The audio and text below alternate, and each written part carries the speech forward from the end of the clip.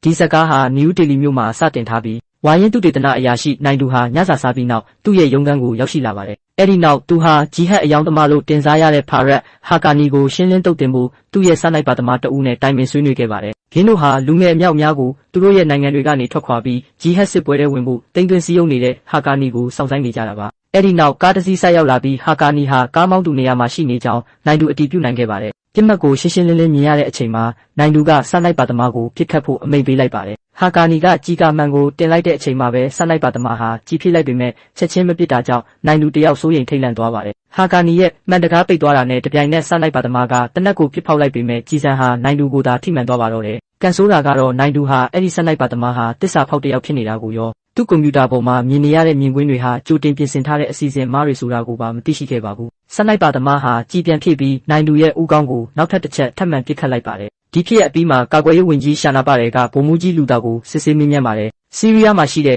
ဟာကာနီကိုပြစ်မှတ်ထားလျက်နဲ့ဘာကြောင့်နိုင်သူအဖြစ်ခံရတာလဲဆိုတာကိုမေးမြန်းတာပါ။ကာနယ်ကသူတို့ရဲ့လက်ဖြောင့်စာနိုင်ပါသမားကပီယာဟာအဖွဲ့အစည်းကိုဖောက်ပြန်ပြီးရန်သူနဲ့ပူးပေါင်းသွားပြီဖြစ်ကြောင်းပြန်လည်တင်ပြပါတယ်။လွန်ခဲ့တဲ့3ရက်ကဆီးရီးယားမှာသူတို့မြင်တွေ့ခဲ့ရတဲ့ဗီဒီယိုမြင်ကွင်းဟာအဝေးထိန်းစနစ်နဲ့ထိန်းချုပ်ထားတဲ့တနက်အတူနဲ့ကင်မရာသာဖြစ်ပါတယ်။အဲ့ဒီနောက်ဝင်ကြီးပါတယ်ကကပီယာနောက်ထပ်ခြေလမ်းမလန်းနိုင်ခင်သူ့ကိုလှုပ်ကြံတက်ဖြတ်ဖို့ကာနယ်ကိုအမိန့်ပေးလိုက်ပါတော့တယ်။နောက်ပိုင်းတွင်ခါလစ်ဟာကာနယ်၏မြေအောက်ဌာနချုပ်သို့တွားရောက်ခဲ့ပြီးသူတို့နှစ်ဦးကပီယာမြည်သည့်နေရာတွင်ရှိနေနိုင်တဲ့ကိုဆွေးနွေးခဲ့ကြတဲ့ကာနယ်ကကပီယာကိုရှာဖွေရန်ဆိုင်နီကိုအမိန့်ပေးခဲ့တော်လဲခါလစ်ကကပီယာကိုသူထက်ပို၍မြည်သူမျှမသိနိုင်ကြောင်းညင်းဆိုခဲ့တဲ့ခါလစ်ဟာကပီယာအပေါ်မြညအထိချစ်ခင်လေးစားတဲ့ကိုကာနယ်ကတီးထားသောကြောင့်ခါလစ်ကိုတန်တရားဖြစ်မိနေတဲ့သို့သောခါလစ်ကသူဟာကပီယာထက်မိမိနိုင်ငံကိုပို၍ချစ်ပါတယ်ဟုကာနယ်ကိုယုံကြည်အောင်ဖြောင်းဖျနိုင်ခဲ့တဲ့လွန်ခဲ့သော2နှစ်ခန့်ကကပီယာဟာ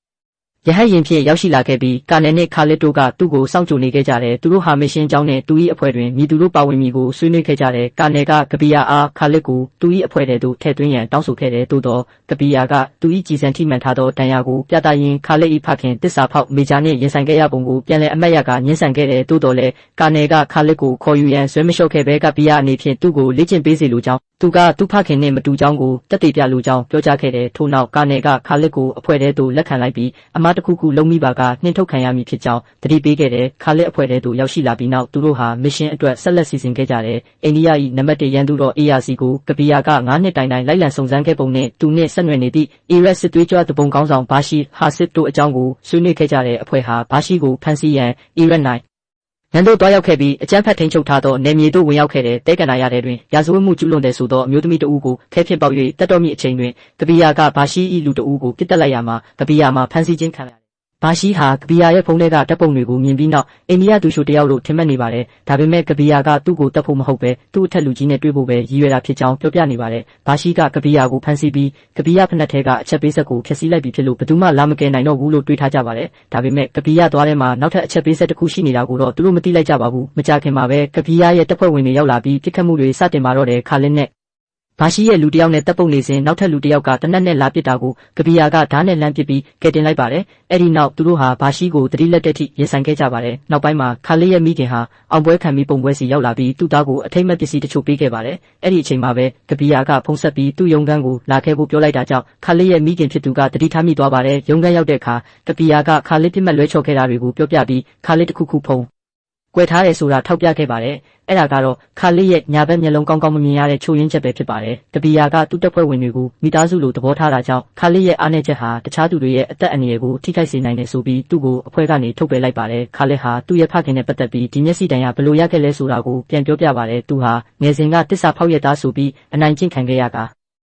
ညာဘက်မျက်လုံးတစ်စိတ်တစ်ပိုင်းပျက်စီးခဲ့ရတယ်လို့စိတ်သက်ပိုင်းဆိုင်ရာလည်းအကြီးအကျယ်ထိခိုက်ခါလစ်ကသူ့ရဲ့အမြင်အာရုံအားနည်းနေပေမဲ့ပြစ်မှတ်ကိုတော့တက်တက်မတ်မတ်ပြစ်ခတ်နိုင်စေဖြစ်ကြောင်းရှင်းပြပြီးနောက်ထပ်အခွင့်အရေးတစ်ခုပေးဖို့ကပီးကိုအတနာခံပါတယ်။အဲ့ဒီအခါကပီးကခါလစ်ရဲ့အမှားတစ်ခုခုကိုသူစောင့်ကြည့်နေကြောင်းအဲ့ဒီအမှားကိုတွေ့တာနဲ့ကာနယ်စီမှာခါလစ်ရဲ့အားနည်းချက်ကိုဖွင့်ချပြမယ်လို့တုံ့ပြန်ခဲ့ပါတယ်။ခဏအကြာမှာတော့ကာနယ်ပြန်ရောက်လာပြီးဘာရှိရဲ့လူယုံဖြစ်တဲ့ ARC ကိုဖမ်းဆီးဖို့ကြိုးပမ်းချက်တွေအကြောင်းရှင်းပြပါတယ်။ ARC ဟာမြို့တစ်ခုမှာရှိနေတာကြောင့်ကပီးနဲ့သူ့အဖွဲ့ကိုအဲ့ဒီကိုတွားဖို့ညွှန်ကြားပါတယ်မစ်ရှင်မစတင်ခင်မှာကပီးကသတင်းပေါက်ကြားမှုတွေကြောင့် ERC အမြဲတမ်းလွတ်မြောက်နေရတာကိုစိုးရိမ်တာကြောင့်ဆက်သွယ်ရေးစနစ်အားလုံးကိုပိတ်ထားဖို့နဲ့ဘယ်သူ့ကိုမှအတိမပေးဖို့တောင်းဆိုခဲ့ပါတယ်အဖွဲ့သားတွေအဲ့ဒီမျိုးကိုရောက်တဲ့အခါစားတောက်ဆိုင်ကို ERC ရောက်လာတာနဲ့စီမံချက်အတိုင်းဖမ်းဆီးဖို့ပြင်ဆင်ကြပါတယ်ဒါပေမဲ့ကပီးရဲ့လူယုံတယောက်ဖြစ်တဲ့စူရက်ကတစ္ဆာဖောက်ဖြစ်နေပြီးသူ့ရဲ့လုပ်ဖော်ကိုင်ဖက်တွေကိုပြန်လည်ပစ်ခတ်ပါတော့တယ်ကပီးကသူတို့ရဲ့အဓိကပန်းတိုင်ဟာ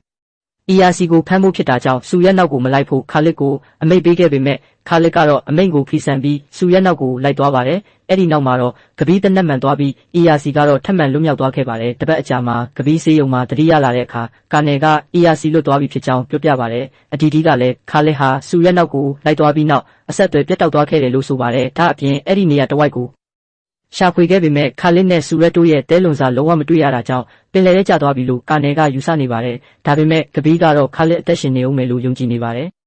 တစ်ဖက်မှာတော့သတိလစ်နေတဲ့ခါလစ်ကိုမာယာကတ်မြို့ကဆေးရုံတစ်ခုမှာပြန်တွေ့ခဲ့ကြပါတယ်။အဲ့ဒီကိုကပီးရောက်လာပြီးသူကိုယ်တိုင်ပဲစူရက်ကိုအပြတ်ရှင်းခဲ့ပြီးဖြစ်ကြောင်းဖွင့်ဟခဲ့ပါတယ်။လက်ရှိအချိန်မှာတော့ခါလစ်ဟာကပီးကိုပြန်ဖမ်းဖို့အတွက်စီမံချက်တွေကိုလေ့လာနေတုန်းဖုံးဝင်လာပါတယ်။ဖုံးဆက်သူကတော့အားလုံးကိုအံ့အားသင့်စေမဲ့ကပီးကိုယ်တိုင်မှာပဲသူကနိုင်သူကိုပြစ်တက်ခဲ့တာသူမှန်ကြောင်းဝန်ခံလိုက်ပြီးခါလစ်အနေနဲ့နောက်တစ်ချိန်သူ့ကိုတွေ့ရင်မတွန့်ဆုတ်ပဲပြစ်တက်ဖို့တတိပေးစကားပြောသွားပါတယ်။ခါလစ်ကသူ့ရဲ့နောက်ထပ်လှုပ်ဆောင်မဲ့နီးပြူဟာကိုမေးတဲ့အခါမှာတော့မင်းတို့နိုင်ငံတော်အလံကိုအသင့်ပြင်ထားလိုက်တော့အဲ့ဒါကငါနောက်ထပ်ပြစ်မှတ်ရဲ့အလောင်းကိုပတ်ဖို့အတွက်ပဲလို့ခက်အေးပဲပြန်ဖြေသွားခဲ့ပါတယ်နောက်တစ်နေ့မှာတော့ရှရက်ဟာသူ့လူတွေနဲ့တူလေရင်နဲ့ခီးနေတုန်းကပီးကရုတ်တရက်လိုက်ပါစီးနှင်းလာပါတယ်မျက်တောင်တစ်ခတ်တွင်းမှာပဲစစ်သားအားလုံးကိုရှင်းလင်းပစ်လိုက်ပြီးလေရင်ကိုဖောက်ခွဲကရှရက်ကိုပါအပြတ်ရှင်းလိုက်ပါတော့တဲ့အခြေစိုက်စခန်းမှာတော့နိုင်လူနဲ့ရှရက်တို့ကြားကဆက်နွယ်မှုကိုစုံစမ်းကြပေမဲ့တူညီတဲ့အချက်တစ်ခုတည်းပဲရှိပါတယ်အဲ့ဒါကတော့သူတို့နှစ်ယောက်လုံးကိုကပီးကကိုယ်တိုင်ပြစ်တက်ခဲ့တာပါပဲဒီအတော်အတွင်းမှာပဲယထာစီပြီးအိမ်ပြန်လာတဲ့ခါလေးရဲ့နောက်ွယ်မှာကပီးကမထင်မှတ်ပဲပေါ်လာပါတယ်သူ့နောက်ကိုလိုက်မနေဘူးနဲ့လမ်းဖယ်ပေးဖို့ပြောပေမဲ့နိုင်ငံအပေါ်တစ္ဆာရှိတဲ့ခါလစ်ကတော့သူ့တက်ကိုရင်းပြီးတော့တောင်ဒီတာဝန်ကိုဆွန့်လွတ်မှာမဟုတ်ပါဘူးအဲ့ဒီလိုခါလစ်ရဲ့ပြတ်သားမှုကိုမြင်တဲ့အခါမှာတော့ကပီးကရွေးချယ်စရာနှစ်ခုပေးပါတယ်သူ့ရဲ့ရည်ရွယ်ချက်ကိုသိချင်လားဒါမှမဟုတ်နောက်ထပ်ပြစ်မှတ်ကိုသိချင်လားဆိုတာပါပဲခါလစ်ကနောက်ထပ်ပြစ်မှတ်ကိုသိဖို့ပဲရွေးချယ်လိုက်ပါတယ်အဲ့ဒီနောက်ကပီးကိုမျက်ခြေပြတ်သွားလို့ခါလစ်တယောက်ယထာဘော်ကနေကပြကြရာဆင်းရှာတဲ့အချိန်မှာပဲကပီးကယထာထဲကနေပြုံးပြီးကြည့်နေခဲ့ပါတယ်ပြီးတော့သူ့ရဲ့နောက်ထပ်ပြစ်မှတ်ဖြစ်တဲ့ဒေါက်တာပစ်စဝါဆိုတဲ့နာမည်ရေးထားတဲ့စာရွက်လေးကိုခါလစ်ကိုပြသလိုက်ပါတော့တယ်လွန်ခဲ့တဲ့6လကအီတလီမှာကပီးတယောက်နီနာဆိုတဲ့ကောင်မလေးနဲ့တွဲနေခဲ့တာပါတကယ်တော့သူကအလုပ်ကိစ္စနဲ့ရောက်နေတာဖြစ်ပြီးသူ့ရဲ့ပြစ်မှတ်ကတော့ဖာရိုဆိုတဲ့လုပ်ငန်းရှင်တယောက်ပဲဖြစ်ပါတယ်ဖာရိုဆိုတာကနီနာကိုလိုက်နေတဲ့လူဖြစ်တယ်လို့မာယာကစ်အဖြစ်ပြက်ပြီးနောက်ပျောက်ကွယ်သွားတဲ့အီလီယာစီရဲ့ငွေတွေကိုခေါ်ဝါချပေးနေတဲ့သူလည်းဖြစ်ပါတယ်အီလီယာစီပုံအောင်သွားပြီးနောက်မှာဖာရိုစ်ကသူတို့အတွက်တခုလေးသောခြေရာခံနိုင်မဲ့လမ်းစာဖြစ်လာခဲ့တာပါ၃လအကြာမှာတော့ကပီးတို့အဖွဲ့ဟာဖာရိုစ်တဲခုမဲ့နေရာတစ်ခုလုံးရဲ့ကင်မရာနဲ့မိုက်ခရိုဖုန်းတွေကိုဟက်လိုက်ကဝင်ရောက်ထိန်းချုပ်နိုင်ခဲ့ပါတယ်ကပီးနဲ့ကာနယ်တို့စကားပြောနေတော့မှပဲဖာရိုစ်စီကိုသူ့ရဲ့စည်ရင်းကန်ရောက်လာပြီးသူတို့နှစ်ယောက်ရဲ့စကားဝိုင်းကိုခိုးနှားထောင်ရာကနေဖာရိုစ်နဲ့အီလီယာစီတို့ရဲ့ဆက်နွယ်မှုကိုအတည်ပြုနိုင်ခဲ့တယ်လို့သူတို့ဟာအိန္ဒိယနိုင်ငံမှာအကြီးစားဘုံခွဲမှုကြီးတစ်ခုလုပ်ဖို့ကြံစည်နေတာကိုပါသိသွားခဲ့ရပါတယ်နောက်တစ်နေ့မှာတော့ကပီလီကနီနာစီသွားပြီးအဖြစ်မှန်အားလုံးကိုဖွင့်ပြောလိုက်ပါတော့တယ်နီနာကိုအရက်သားကူညီပေးသူတယောက်အနေနဲ့အသုံးချခဲ့တာဖြစ်တယ်လို့ဖာရိုစ်ကနီနာကိုအယူအမှုချစ်နေတာကြောင့်သူမကိုအရန်အစီအစဉ်အနေနဲ့လိုအပ်တယ်လို့ပြောခဲ့တာပါဖာရိုစ်မထွက်ခွာခင်သူတို့မှာအချိန်တရက်ပဲရှိတော့တာကြောင့်အီလီယာစီကိုမတားဆီးနိုင်ရင်အိန္ဒိယနိုင်ငံပျက်စီးသွားလိမ့်မယ်လို့သတိပေးခဲ့ပါတယ်နီနာကလည်းဒီကမ်းလှမ်းချက်ကိုသဘောတူခဲ့ပြီးကပီးနဲ့ရင်ဖွင့်စကားပြောရင်းသူမရဲ့သမီးလေးရေးဆွဲထားတဲ့ပုံလေးကိုကပီးကိုပေးခဲ့ပါတယ်အဲ့ဒီပုံလေးကတော့သူမတို့သားမီးနှစ်ယောက်ရေလိုင်းစီးနေတဲ့ပုံလေးဖြစ်ပြီးဒါကိုကြည့်ပြီးကပီးကနီနာကိုဘေးကင်းအောင်စောင့်ရှောက်မယ်လို့ကတိပေးခဲ့ပါတယ်အဲ့ဒီနောက်နီနာကဖာရိုစ်နဲ့တွားတွေ့ပြီးသူမရဲ့အလုပ်ကိုစတင်ပါတော့တယ်တာဝန်ကျနေတဲ့ကပီးစီကိုကာနယ်ကဆက်သွယ်လာပြီးတိုးတက်မှုမရှိရင်နောက်နေ့ပြန်လာခဲ့တော့လို့အမိန့်ပေးခဲ့ပေမဲ့ကပီးကတော့နီနာကိုတုံးပြီးဖာရိုစ်ရဲ့လက်တော်ထဲကိုစက်ပစ္စည်းတစ်ခုထည့်သွင်းမဲ့အစီအစဉ်ကြောင်းပြန်ပြောပြခဲ့ပါတယ်အဲ့ဒီအချိန်မှာပဲအတီတီကဖာရိုစ်နဲ့ပတ်သက်တဲ့ထူးခြားတဲ့သတင်းတစ်ခုကိုကာပီးစီပေးလာပါတယ်အဲ့ဒါကတော့ဖာရိုစ်ဟာတထေးတွေပဲငှားရမ်းနိုင်တဲ့နာမည်ကြီးပလတ်စတစ်စာချင်းဆရာဝန်မကြီးတယောက်နဲ့အတူရှိနေတာပဲဖြစ်ပါတယ်နီနာတယောက်ဖာရိုစ်ရဲ့လက်တော်ထဲကိုဒေတာတွေကူးယူဖို့စူးစမ်းနေချိန်မှာပဲအတီတီကဟက်လိုက်ကရရှိထားတဲ့ဆေးရုံမှတ်တမ်းတွေအရဖာရိုစ်ဟာပလတ်စတစ်ဆာဂျာရီလုပ်ထားတဲ့သူဖြစ်ပြီးသူဟာတကယ်တော့အီလီယာစီကိုယ်တိုင်ဖြစ်နေတယ်ဆိုတာကိုဗီဒီယိုဖိုင်နဲ့တကွဖော်ထုတ်နိုင်ခဲ့ပါတော့တယ်တစ်ဖက်မှာလည်းဖာရိုစ်ကလက်တော့ပေါ်မှာနီနာတစ်ခုခုတက်နေတာကိုဖမ်းမိသွားပါတယ်ကပီးကနီနာကိုကယ်ဖို့အတွက်ဖာရိုစ်ရဲ့ဗီလာစီကိုအပြေးလွှားသွားခဲ့ပေမဲ့နှောင်းသွားခဲ့ပါပြီသူရောက်သွားတဲ့အချိန်မှာနီနာကအသက်မရှိတော့ပါဘူးကပီးကနီနာအဲ့ဒီမှာရှိနေမှန်းသိတာဆိုလို့ကာနယ်တယောက်ပဲရှိတာကြောင့်အတီတီကိုကာနယ်ရဲ့အတိတ်ကြောင့်နဲ့ဖုန်းခေါ်ဆိုမှုတွေကိုစုံစမ်းခိုင်းလိုက်ပါတယ်အဲ့ဒီလိုစုံစမ်းကြည့်လိုက်တဲ့အခါမှာတော့နိုင်တူးဟာကာနယ်နဲ့ဖုန်းပြောပြီး2မိနစ်အကြာမှတင်ပြန်ဆက်သွယ်ထားတာကိုရှာဖွေတွေ့ရှိသွားပါတယ်အမှန်တရားကိုသိသွားပြီးတဲ့နောက်မှာတော့ကပီးတယောက်ဒေါသတကြီးနဲ့အီလီယာစီနိုင်တူးရှယ်ရော့ဖ်တို့နဲ့ပတ်သက်တဲ့လူမှန်သမျှကိုတယောက်မကြံလိုက်တတ်ပါတော့တယ်အဲ့ဒီနောက်မှာတော့သူဟာဒေါက်တာဘစ်စဝတ်စီမှာ drive တစ်ခုရှိနေတာကိုသိသွားခဲ့ပါတယ်လက်ရှိအချိန်မှာတော့ခါလစ်ကကပီးလက်ထဲကနေကာကွယ်ဖို့အတွက်ဒေါက်တာဘစ်စဝတ်စီကိုသွားခဲ့ပါတယ်ဒါပေမဲ့အီလီယာစီကဒေါက်တာစီကိုခိုးပြီးဖုန်းဆက်ပြီးကုန်းနံပါတ်တွေတောင်းနေခဲ့တာပါဒေါက်တာဘစ်စဝတ်ကသူ့ကိုနယူးဒေလီကိုတင်းကျပ်တဲ့လုံခြုံရေးနဲ့ပို့ဆောင်မယ်လို့ပြန်ပြောခဲ့ပါတယ်လမ်းမှာတော့သူတို့အဖွဲ့အလစ်အငိုက်တိုက်ခိုက်ခံရပြီးခါလစ်ကတော့ကားမောက်ပြီးသတိလစ်သွားခဲ့ပါတယ်အဲ့ဒီအချိန်မှာတင်ဒေါက်တာဘစ်စဝတ်ကိုရဟတ်ယာဉ်နဲ့ခေါ်သွားဖို့လုပ်နေတော့ကပီးရောက်လာပြီးတနက်နဲ့ဖြစ်ပါတော့တယ်ခါလစ်တတိယလာပြီးပြန်ခုခံပေမဲ့ကပီးကဒေါက်တာခန္ဓာကိုယ်ကိုဒိုင်းတစ်ဖွဲအသုံးပြုပြီးဆိုင်ကယ်နဲ့ထွက်ပြေးသွားခဲ့ပါတယ် ခါလစ်ကတောက်လျှောက်လိုက်လံဖမ်းဆီးပေမဲ့ကပီးကတရားပေါ်ကနေခုန်ချပြီးထွက်ပြေးသွားခဲ့ပါတယ်ဒီဖြစ်စဉ်တွေပြီးမှခါလစ်ကအခြေစိုက်စခန်းကိုပြန်လာပြီးကာနယ်ကိုအကြောင်းစုံတင်ပြပါတယ်ဒါပေမဲ့ဒေါက်တာပစ္စဝတ်နဲ့စစ်သားတွေတေဆုံးမှုကြောင့်ကာနယ်ကဒေါသထွက်ပြီးခါလစ်ကိုတာဝန်ကနေထုတ်ပယ်လိုက်ပါတယ်နောက်ပိုင်းမှာခါလစ်ကအခုလက်ရှိတာဝန်ခံဖြစ်တဲ့ဆိုင်းနီစီကိုဖုံးဆက်ပြီးကပီးရဲ့နောက်ဆုံးတာဝန်ကြောင့်မေးမြန်းခဲ့ပါတယ်ဆိုင်းနီပို့ပေးတဲ့အချက်လက်တွေကနေတဆင့်ခါလစ်ဟာမာရာကက်ရှ်မှာဘာတွေဖြစ်ခဲ့လဲဆိုတာကိုလိုက်စုံစမ်းရင်းနီနာနဲ့ဆုံခဲ့ပုံကိုသိသွားပါတယ်ခရစ်စမတ်ကာလမှာလူဟီနဲ့ကပီးတို့ပျော်ပွဲရှင်ပွဲမှာစော့ကစားနေတော့ခါလစ်ကမမျှော်လင့်ပဲရောက်လာခဲ့ပါတယ်အဲ့ဒီနောက်သူတို့ကပီးရဲ့အိမ်ကိုတွားခဲ့ကြပြီးဖာရိုးဆိုတာတကယ်တော့အီလီယာစီဖြစ်နေတယ်ဆိုတဲ့လူတက်မှုအကြံစီကြီးကိုခါလစ်တယောက်သိရှိသွားပါတော့တယ်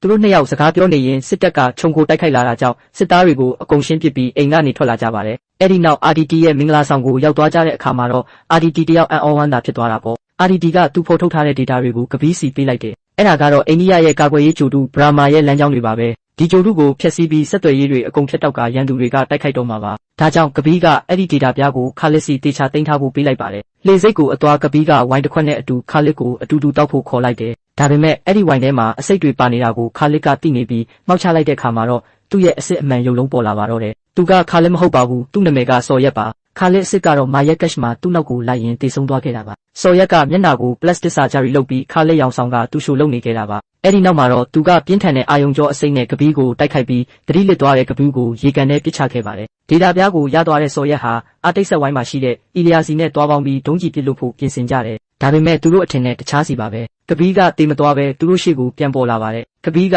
ဒါကိုဘယ်လိုသိသွားလဲဆိုရင်ခါလစ်နဲ့အိမ်မှာရှိနေကြတဲ့ကသူ့ကိုတန်တရားဝင်နေခဲ့တာပါဘာလို့လဲဆိုတော့ခါလစ်စစ်ကမျက်လုံးတိတ်မကြည့်တာကြောင့်ပါဒါကြောင့် RDT ကိုထပ်ဆုံစမ်းခိုင်းတဲ့အခါခါလစ်ကအလုံနာခံထားရလျက်နဲ့ရုံးကိုခိုးဝင်ခဲ့တာကိုသိလိုက်ရတယ်ဒါအပြင်အစိတ်တစ်မျိုးပျောက်ဆုံးနေတာကိုလည်းသိသွားလို့ကပီးကအစိတ်ဖြည့်ဆေးကိုကြိုးတောက်ထားခဲ့တာပါအခြေအနေတွေတင်းမာလာပြီးကပီးကအီလီယာစီကိုတနက်နဲ့ချိန်ထားချိန်မှာပဲစော်ရက်ကအီလီယာစီကိုပြစ်တက်ပြီးကားနဲ့ထွက်ပြေးသွားပြန်တယ်ကပီးလည်းသူ့နောက်ကိုလိုက်လံတိုက်ခိုက်ရင်နောက်ဆုံးမှာတော့စော်ရက်ကိုလက်ရုံးရည်ချင်းပြန်ပြီးအနိုင်တိုက်ကချေမှုန်းလိုက်ပါတော့တယ်ဇက်သိန်းမှာတော့ကာနယ်ကကပီးရဲ့တက်တီကိုချီးကျူးပေမဲ့ကပီးကတော့ဒီအောင်မြင်မှုအကုန်လုံးကိုခါလစ်ရဲ့နာမည်နဲ့ပဲဂုဏ်ပြုဖို့တောင်းဆိုခဲ့ပါတယ်အစိုးရကလည်းခါလစ်ကိုနိုင်ငံသူရဲကောင်းဖြစ်ဂုဏ်ပြုဆုချီးမြှင့်ခဲ့တယ်ကပီးတယောက်လူဟီနဲ့အတူအေးအေးဆေးဆေးရှိနေတော့မှပဲနောက်ထပ်မစ်ရှင်အသစ်အတွက်ဖုန်းတကောဝင်လာရင်းနဲ့ဇလန်လေးကပြီးဆုံးသွားပါတော့